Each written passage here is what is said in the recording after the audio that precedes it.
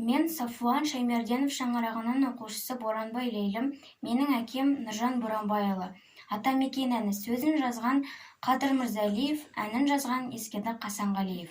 Бұл әнде еліміздің тәуелсіздігі, жастардың отансүйгіштігі насихатталады.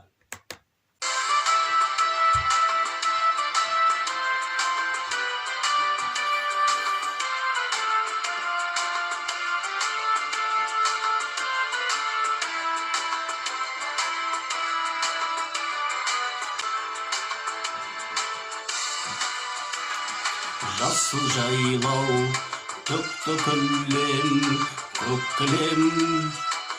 кілемде көп ойнаймын, көк кілем. Маңдайымнан сыйпап өткен самалды, қазағымның әлақаны деп білем. Қайда жүрсің Атамекен, көкейімде жатады екен. Күннің өзі ұясына, қимай оны батады екен.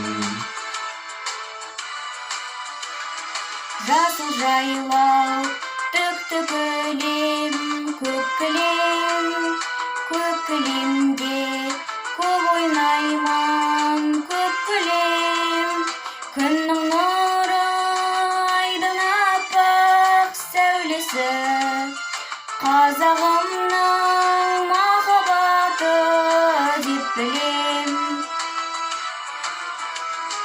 Қайда жүрсің Атамекен, көкейімде жатады екен.